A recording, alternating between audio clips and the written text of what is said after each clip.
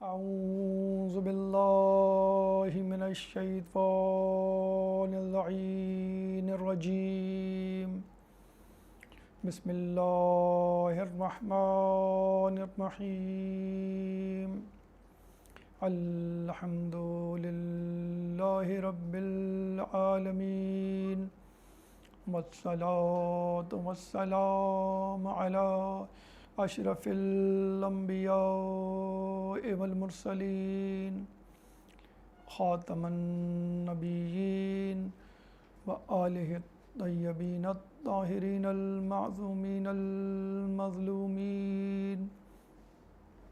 ولعنۃ اللہ علی اعدائہم اجمعین من الآن إلى قيام يوم الدين أما بعد فقال الله تعالى في قرآنه المجيد والفرقان الحميد إنما يريد الله ليذهب عنكم الرجس أهل البيت ويطهركم تطهيرا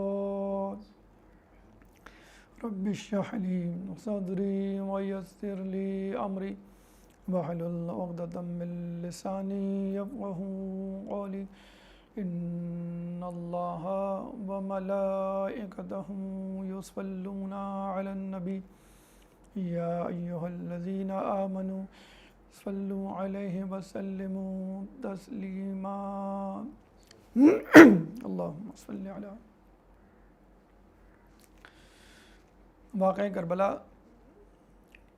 کو گزرے ہوئے 1400 سال سے زیادہ کا عرصہ گزر گیا، لیکن آج تک اس کے اثرات، اس کی تاثیر اور اس کے فوائد ہم سمیٹ رہے ہیں۔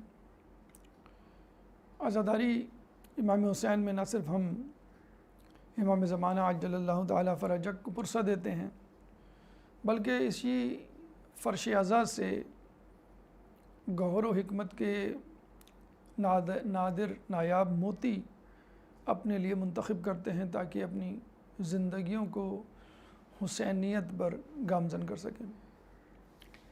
عزیزان گرامی، جب کوئی حادثہ ہوتا ہے تو ہر شخص ایک اضطرابی ایمرجنسی سچویشن سے گزرتا ہے۔ کوئی ایکسیڈنٹ ہوتا ہے مثلا سڑک پر تو فوراً جو افیکٹیز ہیں ان کو ہاسپٹل لے جایا جاتا ہے، ڈرپ چڑھائی جاتی ہے، انجیکشن دیے جاتے ہیں، بلڈ ٹرانسفیوز کیا جاتا ہے وغیرہ وغیرہ، بغیر کوئی وقت ضائع کیے ہوئے۔ کیوں کہ اس وقت بہت ایموشنل سچویشن ہوتی ہے اور پیشنٹ کی جان بچانی ہوتی ہے، لیکن جب پیشنٹ کی کنڈیشن اسٹیبل ہو جاتی ہے تو پھر آپ سوچتے ہیں کہ یہ حادثہ کیوں ہوا، کوئی گاڑی میں خرابی تھی، میری غلطی تھی، یا کسی اور طرف سے یہ مسئلہ اٹھا تھا۔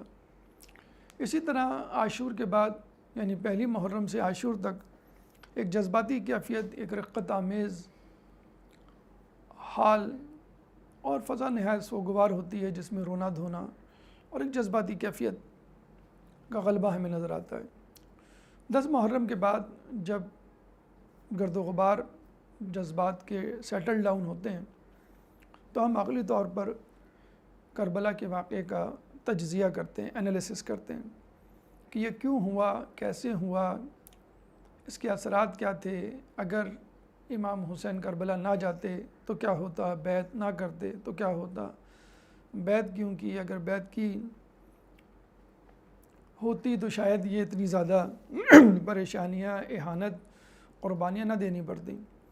اور جب سب سے اہم سوال کہ امام حسین علیہ السلام کو معلوم تھا کہ میں کربلا میں مارا جاؤں گا، تو اب کربلا کی طرف آپ نے رخ کیوں کیا؟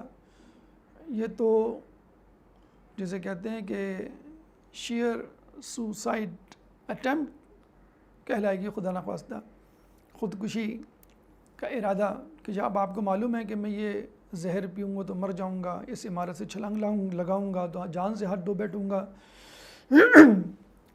فلاں جگہ جاؤں گا تو مارا جاؤں گا، تو پھر امام حسین علیہ السلام نے خدا نخواستہ اگر اس کو ہم خودکشی کہیں فرضاً تو ایسا کیوں کیا؟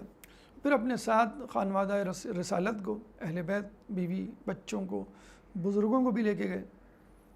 تو کیا یہ اپنے آپ کو ہلاکت میں ڈالنے کے مترادف نہیں؟ اور اس کے لیے پھر ایک آیت بھی پیش کرتے ہیں ہمارے فریق کہ اللہ تعالیٰ سورہ بقرہ آیت نمبر 195 میں فرماتا ہے وَلَا تُلْقُوا بِأَيْدِيكُمْ إِلَى التَّهْلُكَةِ، کہ تم اپنے ہاتھوں سے اپنے آپ کو ہلاکت میں نہ ڈالو۔ تو اب اس کا جواب کیا ہے؟ امام حسین کربلا کیوں گئے؟ انہوں نے اتنی بڑی قربانی کیوں دی؟ اس کا فائدہ کیا ہوا؟ آیات اور روایات کیا کہتی ہیں؟ عقل اس کا کس طرح جواب دیتی ہے؟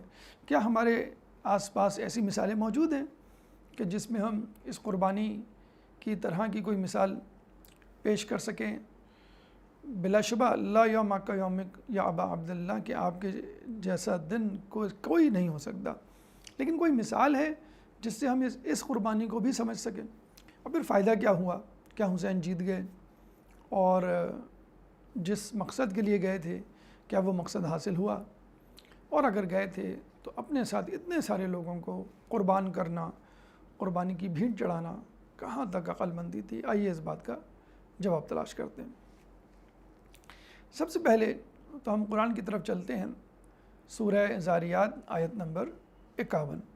سورہ زاریات قرآن کا 56واں سورہ ہے اور آیت نمبر 51، چیپٹر 56 ورس نمبر 51۔ اللہ تعالیٰ فرماتا ہے وَمَا خَلَقْتُ الْجِنَّ وَالْإِنسَ إِلَّا لِيَعْبُدُونَ، کہ ہم نے جن و انس کو نہیں پیدا کیا سوائے اس کے کہ وہ ہماری عبادت کریں۔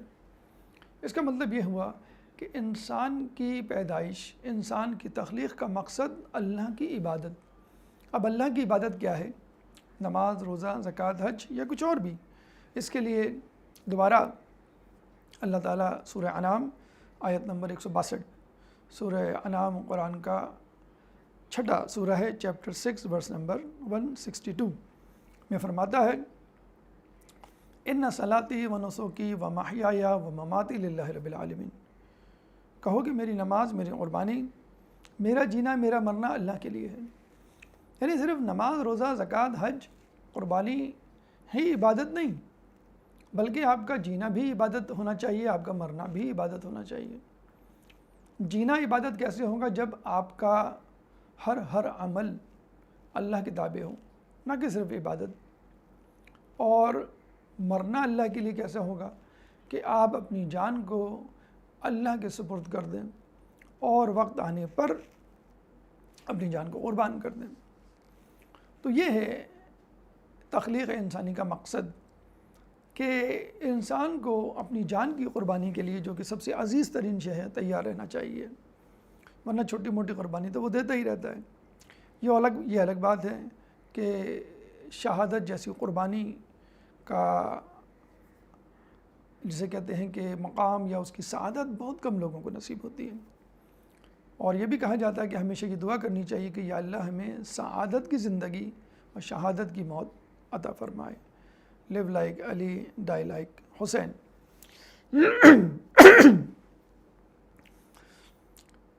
اس کے بعد اگر ہم احادیث مبارکہ کی طرف رخ کریں تو وہاں بھی اللہ کے لیے قربانی، اللہ کے لیے جینا، اللہ کے لیے مرنا ہمیں سکھایا جاتا ہے۔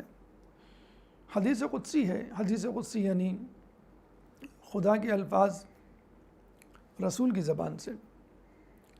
اللہ فرماتا ہے لولاک لما خلقت الافلاک، اے انسان اگر تو نہ ہوتا تو میں کائنات تخلیق نہ کرتا۔ تو پھر کائنات اگر انسان کے لیے ہے تو انسان کس کے لیے ہے؟ ایک اور حدیث میں آیا ہے کہ انسان، میں نے تمام کائنات تیرے لیے پیدا کی ہے اور تجھے اپنے لیے پیدا کیا ہے، جس کو ایک شاعر نے بڑی خوبصورت انداز سے کہا کہ نہ تو زمین کے لیے ہے نہ آسماں کے لیے، جہاں ہے تیرے لیے تو نہیں جہاں کے لیے۔ تو چیزیں ہمارے لیے بنی ہیں، مخلوقات ہمارے لیے بنی ہیں اور ہم خدا کے لیے بنے ہیں۔ احادیث مبارکہ اور آیات آپ کے سامنے پیش کی گئیں۔ اب آئیے دیکھتے ہیں کہ عقل کیا کہتی ہے۔ عقل یہ کہتی ہے کہ کمتر برتر کی اطاعت کرے، یعنی برتر شے، برتر مخلوق، برتر انسان جو بھی کہے اس کو کمتر شے، کمتر انسان کو ماننا چاہیے، حتیٰ کہ اگر برتر شے، برتر مخلوق، برتر انسان قربانی کے لیے کہتا ہے تو کمتر چیز کو قربانی دے دینی چاہیے۔ اس کی عام فہم مثال تو ہم اپنے ارد گرد دیکھ سکتے ہیں۔ مثلاً ایک آفس ہے، ایک چوکیدار ہے، وہ قربانی دیتا ہے یا سرو کرتا ہے یا تابع ہوتا ہے اکاؤنٹنٹ کے۔ اکاؤنٹنٹ اوبیڈینٹ ہے یا جواب دہ ہے، اکاؤنٹیبل ہے مینیجر کو، مینیجر جواب دہ ہے ڈائریکٹر کو، ڈائریکٹر جواب دہ ہے باس کو۔ اب باس جو کہے گا وہ ڈائریکٹر کو ماننا ہے، ڈائریکٹر جو کہے گا وہ مینیجر کو ماننا ہے، مینیجر جو کہے گا وہ اکاؤنٹنٹ کو ماننا ہے، اکاؤنٹنٹ جو کہے گا وہ پی این اور چوکیدار کو ماننا ہے۔ تو یہ ہے سیکوینس اوبیڈینس کا، اطاعت کا، اور اس میں بڑی سی بڑی قربانی بھی آ سکتی ہے۔ اب ہم دیکھتے ہیں کہ ہمارے ارد گرد پوری کائنات میں یہ قربانی پھیلی ہوئی ہے۔ جو بظاہر نظر آتا ہے کہ ایک نقصان ہے، وہ نقصان نہیں ہے، بلکہ اس کائنات کی بقا کا جسے کہتے ہیں کہ ثبوت ہے، شاہد ہے اور اس کی ذمہ دار ہے۔ مثلاً ہم بچپن میں اپنے اسکول میں سائنس کی کتاب میں پڑھا کرتے تھے فوٹو سنتھسس، شعاعی ترکیب۔ کیا ہے شعاعی ترکیب؟ Preparation of starch with the help of sunlight, carbon dioxide and the salt and water from the earth, یعنی پودے فضا کی کاربن ڈائی آکسائڈ، سورج کی روشنی اور زمین کی نمکیات کو جذب کرتے ہیں اور اس سے پھر کلوروپلاسٹ جو ایک انزائم ہے پودوں میں، اس کی مدد سے اسٹارچ تیار کرتے ہیں، جو کہ پتوں میں، جو کہ پھولوں میں، جو کہ پھلوں میں، سبزیوں میں، اناج میں استعمال ہوتا ہے، اور جس کی وجہ سے وہ درخت قابل جسے کہتے ہیں کہ استعمال یا ایڈیبل بنتا ہے۔ یعنی پانی نے، ہوا نے اور روشنی نے اپنے آپ کو قربان کر دیا تاکہ درخت اس کو استعمال کر لے۔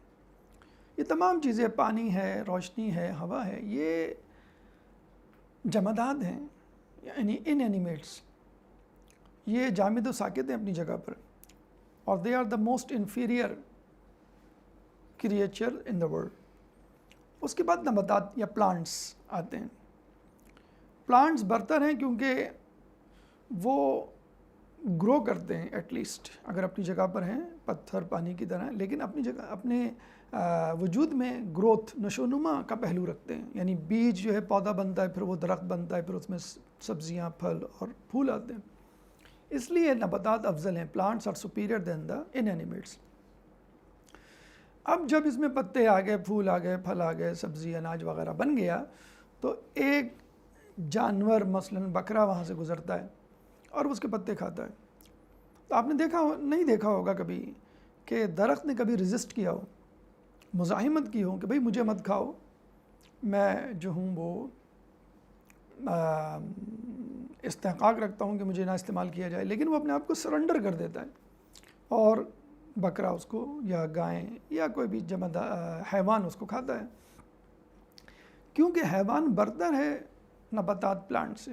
حیوان یعنی اینیملز، مثلا برڈز وغیرہ کیوں افضل ہیں؟ کیونکہ نہ صرف یہ کہ یہ متحرک ہیں، موبائل ہیں ان اینیمیٹس کے مقابلے میں، نہ صرف یہ کہ یہ نشو و نما کرتے ہیں پلانٹس کی طرح، بلکہ ان میں ایک پلس پوائنٹ یہ ہے کہ یہ موبائل ہیں، they can move from one place to another، تو متحرک ہیں ایک جگہ سے دوسری جگہ، جبکہ پودے ایک جگہ سے دوسری جگہ نہیں جا سکتے۔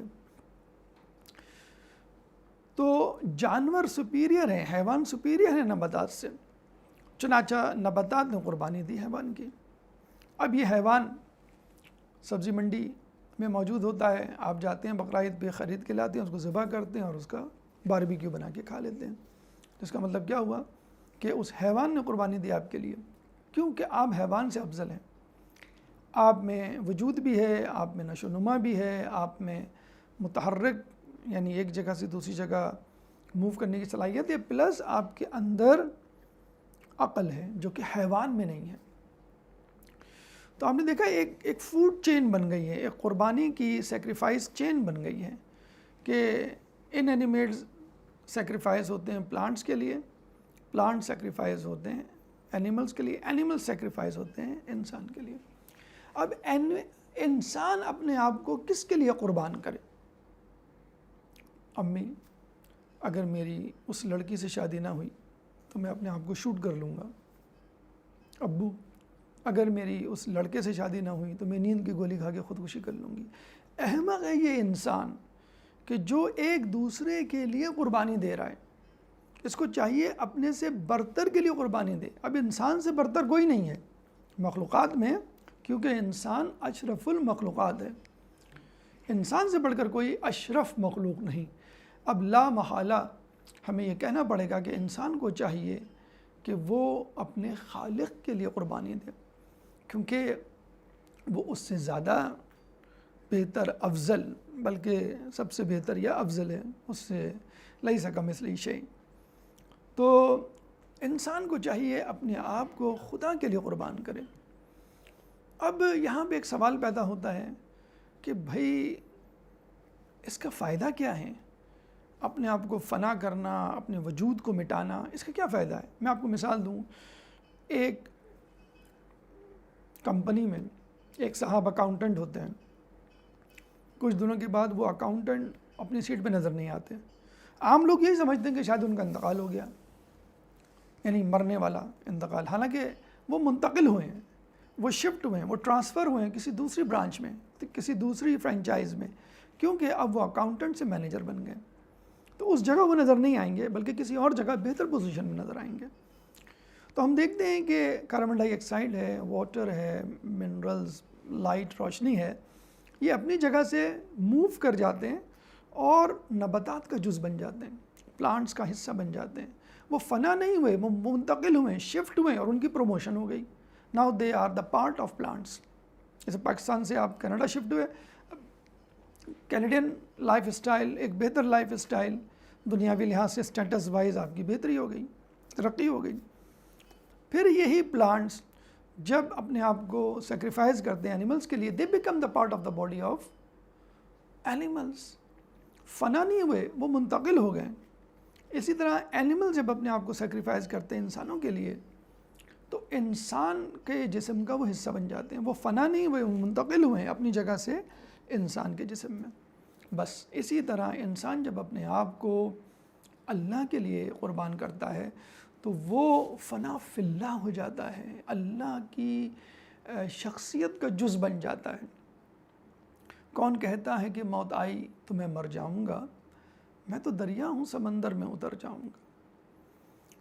تو اللہ اس بات کو ایک اور حدیث قدسی میں اس طرح بیان کیا گیا ہے کہ جب انسان اللہ کی اطاعت کرتا ہے تو اس درجے پر پہنچ جاتا ہے کہ جب وہ اس کے پیر بن جاتا ہے جس سے وہ چلتا ہے، وہ اس کے ہاتھ بن جاتا ہے جس سے وہ کام کرتا ہے، وہ اس کی آنکھیں بن جاتا ہے جس سے وہ دیکھتا ہے، وہ اس کے کان بن جاتا ہے جس سے وہ سنتا ہے، اس کی زبان بن جاتا ہے جس سے وہ بولتا ہے۔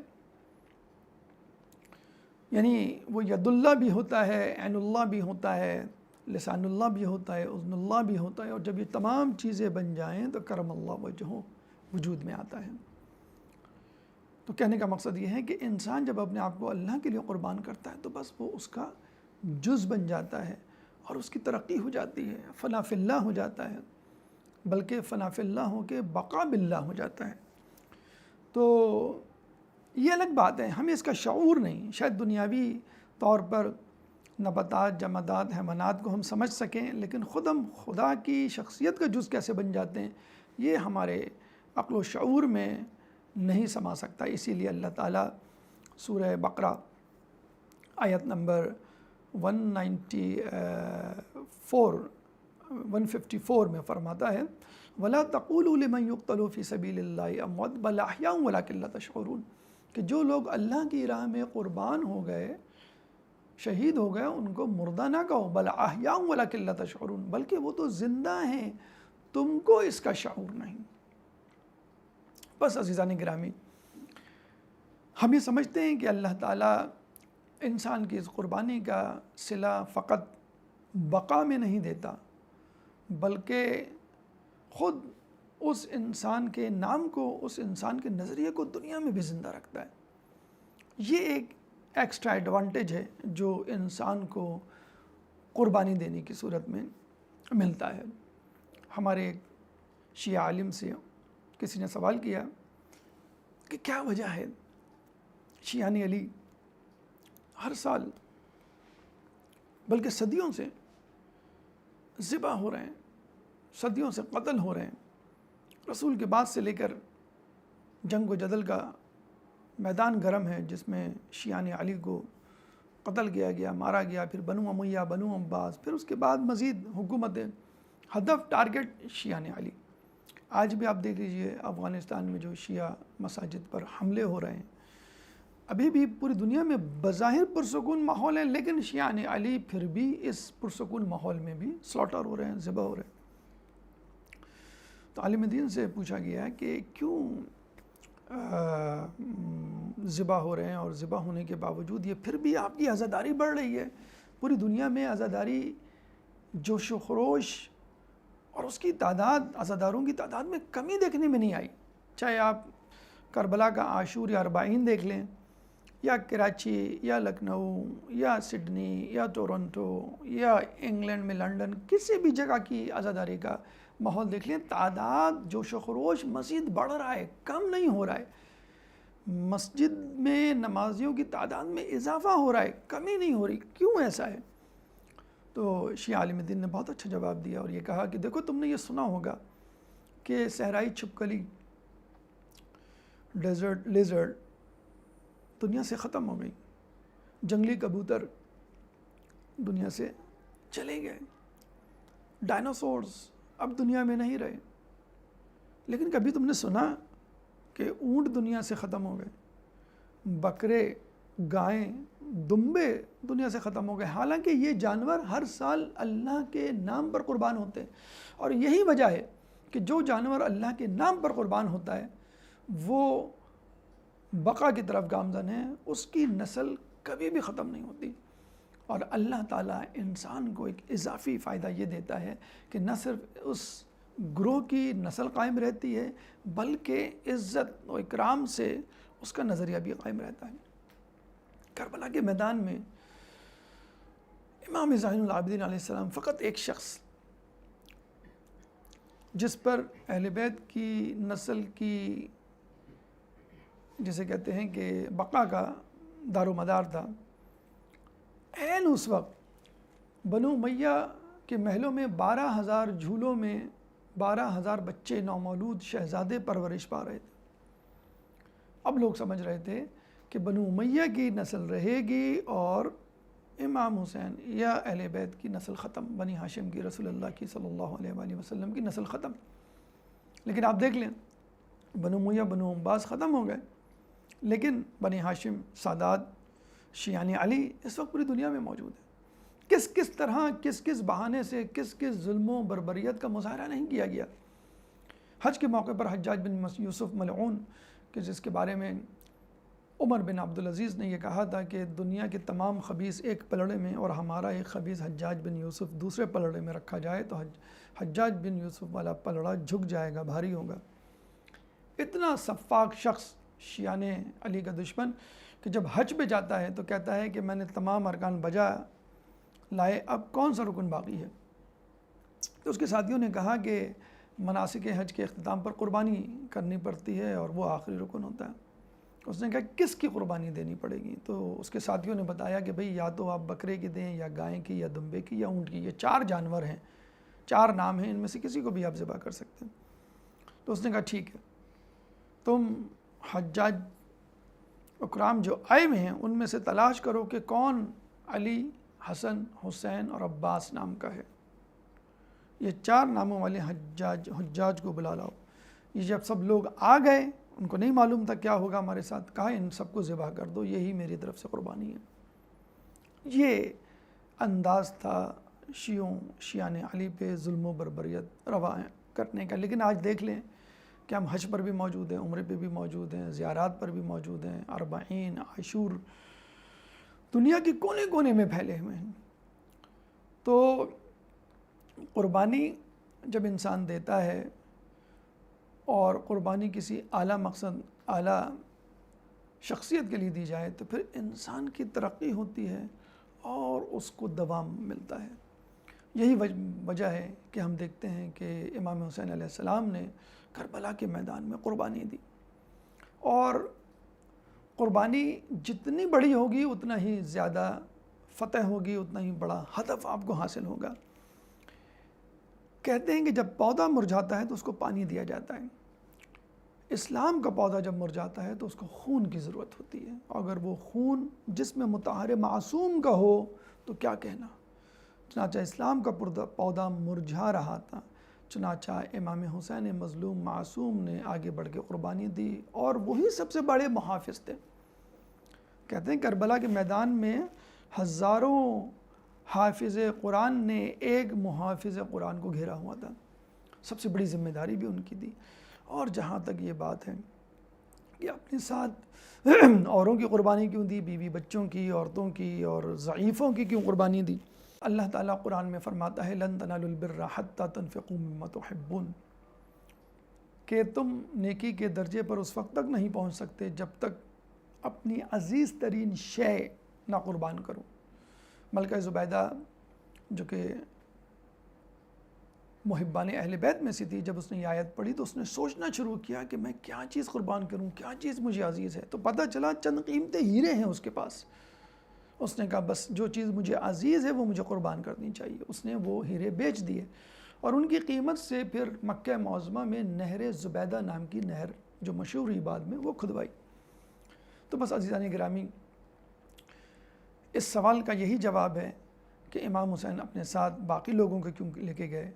تو امام حسین کے تاج امامت میں ایک ہیرا عباس تھا، ایک ہیرا علی اکبر، ایک ہیرا قاسم، ایک ہیرا سکینہ اور محمد۔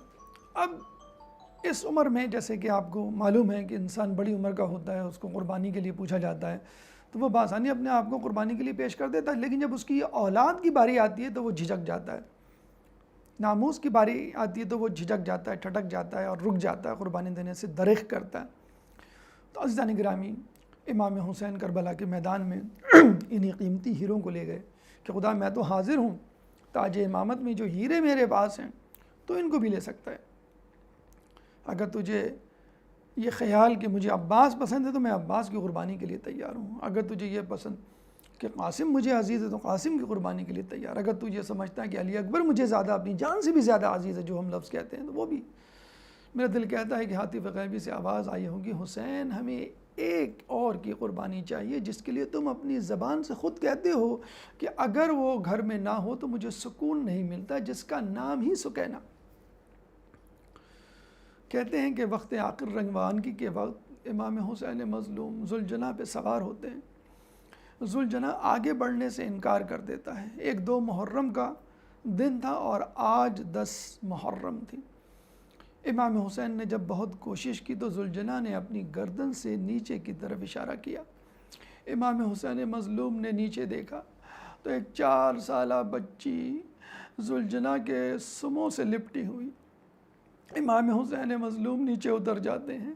سکینہ کہتی ہے کہ بابا بیٹھ جائیے، حسین بیٹھ جاتے ہیں۔ سکینہ کہتی ہے بابا لیٹ جائیے، حسین لیٹ جاتے ہیں۔ میں کہوں گا حسین آج اپنی سکینہ کی تمام باتیں مان رہے ہو، ارے چند گھنٹے نہیں گزریں گے کہ یہی سکینہ تمہیں آواز دیتے ہوئے مقتل میں آئے گی۔ سکینہ اپنے بابا کے سینے پہ سر رکھ کے سو جاتی ہے، دور سے لگتا ہے کہ جیسے رحل پہ قرآن رکھا ہوا ہے۔ تھوڑی دیر گزرتی ہے، سکینہ خواب سے بیدار ہوتی ہے، بابا بابا آپ مقتل میں چلے جاؤ، میں آپ کو نہیں روکوں گی۔ حسین نے کہا بیٹا ابھی کچھ دیر پہلے تو مجھے روک رہی تھی، اب جانے کا کہہ رہی ہو؟ سکینہ نے کہا بابا خواب میں دادی زہرا آئی تھی، کہہ رہی تھی کہ میں نے اپنے حسین کو چکیا 20 کے اس دن کے لیے نہیں پالا کہ تم اس کو قربانی سے روکو بابا، میں آپ کو نہیں روک رہی۔ حسین کھڑے ہوتے ہیں، سواری پہ سوار ہونے لگتے ہیں۔ سکینہ نے کہا بابا جاتے جاتے میرے ایک سوال کا جواب دیتے جائیے۔ اب حسین نیچے بیٹھ جاتے ہیں، دو زانوں جیسے کوئی نماز میں تشہد کی حالت میں بیٹھتا ہے۔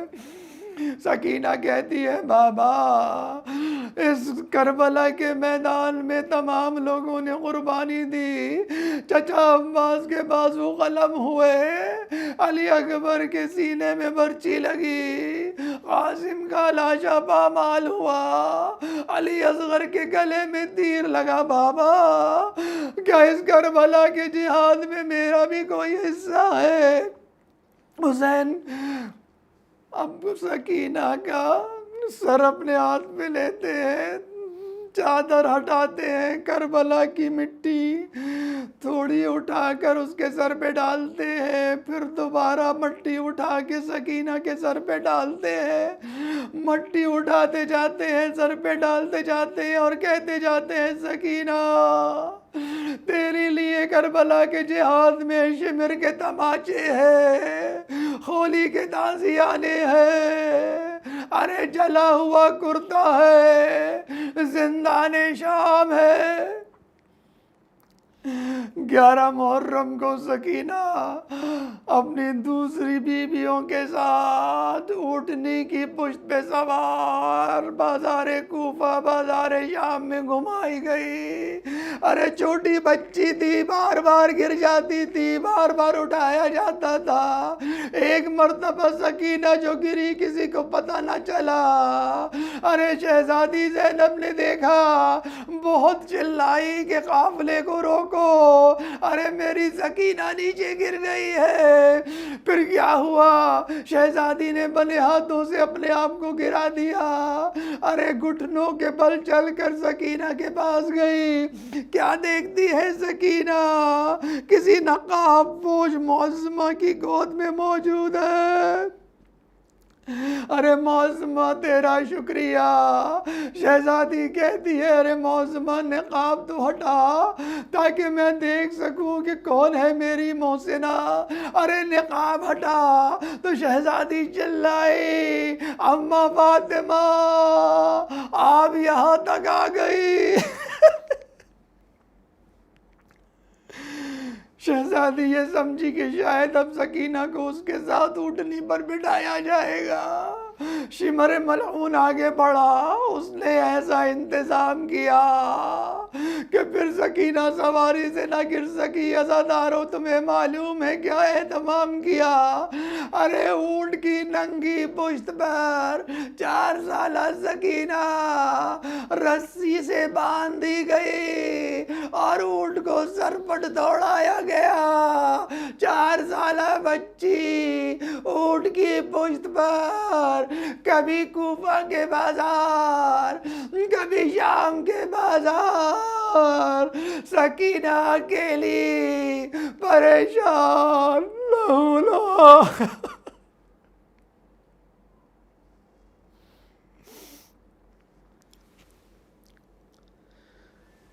سیعلم الذی ظلموا ای منقلب ینقلبون۔ بہرحال اس حقیر سی عبادت کو اپنی بارگاہ میں قبول فرما، جو کچھ پڑھا سنا اس میں عمل کرنے کی توفیق عطا فرما، شہادت حسین سے سبق حاصل کرنے کی توفیق عطا فرما، ہمیں علی کی طرح زندہ رہنے کی اور حسین کی طرح مرنے کی توفیق عطا فرما، جو مقروض ہیں ان کے قرضوں کو ادا فرما، جو زندان میں ان کو رہائی عطا فرما، جو سفر میں ان کو منزل عطا فرما، جو گمشدہ ہیں ان کو ان کے پیاروں سے ملا۔ مسلمان دنیا میں جہاں جہاں ظلم و ستم کا نشانہ بنے ہوئے ان سے ظلم و ستم کو دور فرما، امام کے ظہور میں تعجیل فرما، ہمیں ان کے انصار و اعوان میں شامل فرما۔ ربنا تقبل منا انک انت السمیع العلیم وتب علینا انک انت التواب الرحیم برحمتک یا ارحم الراحمین۔